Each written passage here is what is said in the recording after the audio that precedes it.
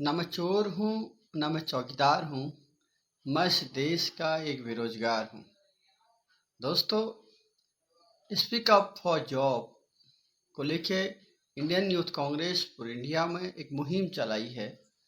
हम करेंगे बेरोजगार युवाओं की बात। इस मुहिम में अगर देश का इतिहास पलट के हम देखते हैं तो आज़ादी के बाद भारत में पहली बार ऐसी निकम्मी सरकार आई है जिसमें हर वर्ग का युवा बेरोजगार है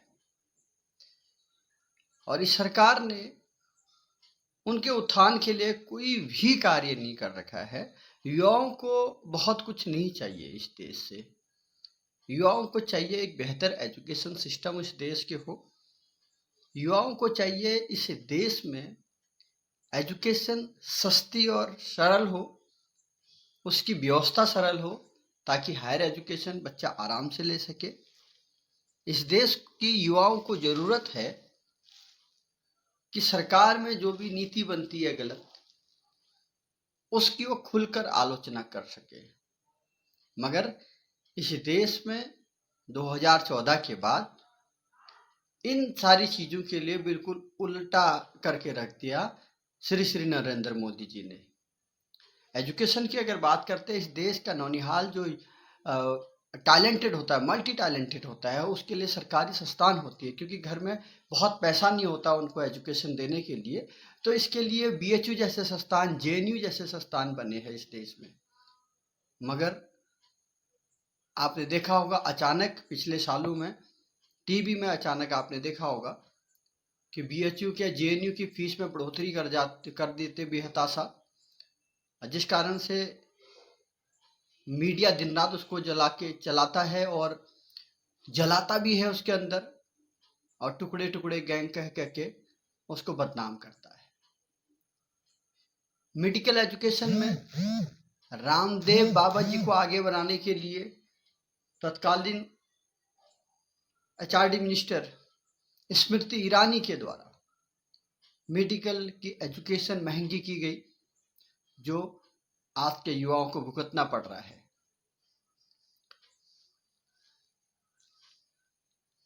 देश के युवाओं को चाहिए नौकरियां।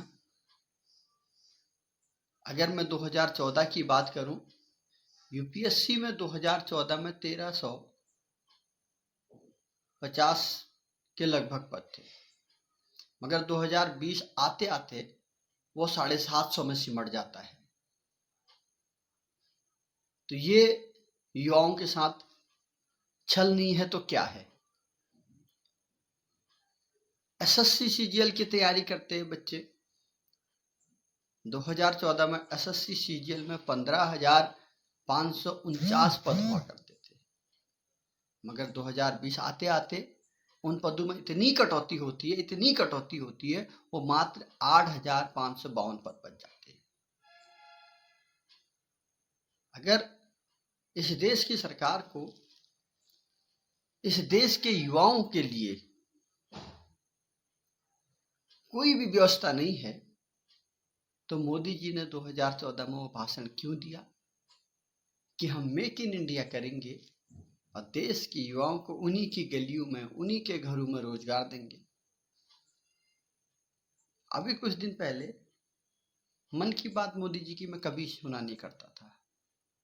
मैं गांव में था, समय भी था, तो मैंने कहा इस बार कोरोना चल रहा है, नीट और जेई का एग्जामिनेशन की बात हो रही है, पूरे देश के 25 लाख जो नौनिहाल युवा है आगे देश में बढ़ चढ़ के देश का स्वर्णिम भविष्य बनाएंगे। जेई और नीट के एग्जाम की तैयारी के लिए वो चाह रहे कि देश में 90,000 70,000 इस तरीके से केसेस पर डे आ रहे हैं, तो इस एग्जामिनेशन की डेट को थोड़ा सा और आगे बढ़ा दिया जाए।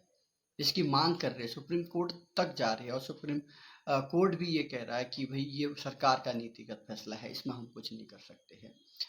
तो उसमें मुझे उम्मीद थी कि मोदी जी कुछ अलग करेंगे, मैंने सुना, मगर क्या, मोदी जी उसमें कुत्ते पालने की बात कर रहे थे, मोदी जी उसमें खिलौनों की बात कर रहे थे।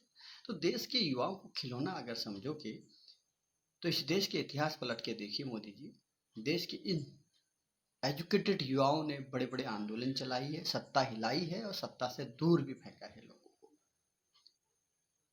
जेई नीट के एग्जामिनेशन आपने करवा रहे हैं, आप करवा दिए हैं और करवा भी रहे हैं। अभी नीट का एग्जामिनेशन बाकी है, बशर्ते आपने जो तथ्य सामने रखा, जो आधार सामने रखा, ये बड़ा डरावना था हमारे लिए।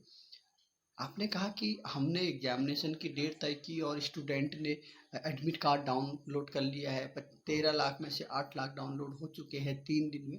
भाई अगर आप एग्जामिनेशन करवाओगे, एडमिट कार्ड दोगे, तो एडमिट कार्ड डाउनलोड तो बच्चा करेगा ही ना, क्योंकि उसको एग्जामिनेशन सेंटर देखना है कहाँ कहाँ क्या है।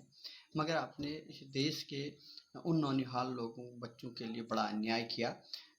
गरीब माँ बाप थे, और देश में काफ़ी ऐसे राज्य है जो अ, बारिश के दिनों में बाढ़ से पीड़ित थे, उसका भी आपने ध्यान नहीं दिया। उत्तराखंड में तो की बात करना तो हमें बड़ा उचित नहीं लग रहा कि उत्तराखंड में एक ऐसा मुख्यमंत्री बिठा दिया गया है जो डमी मुख्यमंत्री है, जिसको अपना बुद्धि विवेक जिनका कुछ भी नहीं है।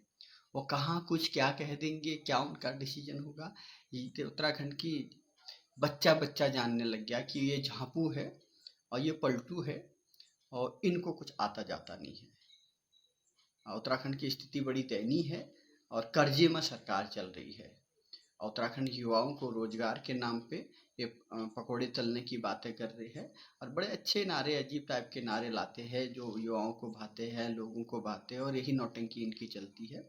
आत्मनिर्भर नारा लेके आए और उस आत्मनिर्भरता के चक्कर में हमारे नौयुवक आत्मदाह और आत्महत्याएं कर रही है। आने वाले समय में ये युवा तुम्हें माफ नहीं करेंगे। जय हिंद, जय भारत, जय उत्तराखंड।